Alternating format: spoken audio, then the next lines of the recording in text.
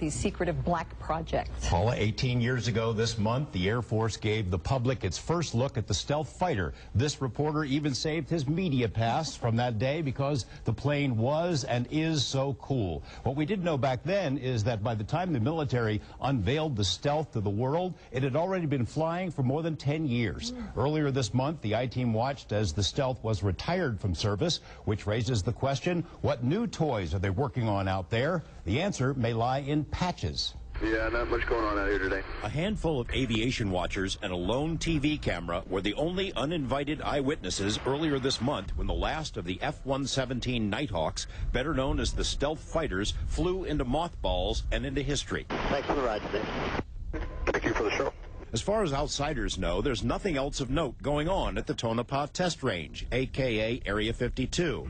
Nothing to see here, so move along. But the mere fact that the Pentagon is retiring one of the premier warplanes in the world speaks volumes to military watchdogs. They have technology out here that they are evaluating right now, that they're working on. They say that is about 30 years advanced to what the public knows about. Stories about futuristic weapons systems being tested in the Nevada desert at places like Area 51 are staples of aviation magazines. The military doesn't comment, not in so many words anyway, but there are clues. It's a glimpse into at least a $30 billion secret industry. Author Trevor Paglin collects colorful scraps of fabric, souvenirs from the heart of the black world. They're unit patches created by outfits you've never heard of, working on projects you may never see. The imagery is menacing. Ghosts, skulls, specters, spooks, like something out of the nightmare of a teenage boy. There is definitely a kind of Dungeons and Dragons aesthetic to a lot of these things. But if you know how to read them, the patches are packed with info. Many of the patches have collections of 6 stars, 5 and 1,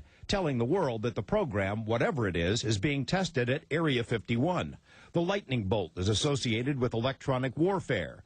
One way to guess what they mean is to look back at programs already acknowledged. Grim Reapers was one of the old stealth squadrons at Tonopah, and it was the Grim Reapers and the Night Stalkers.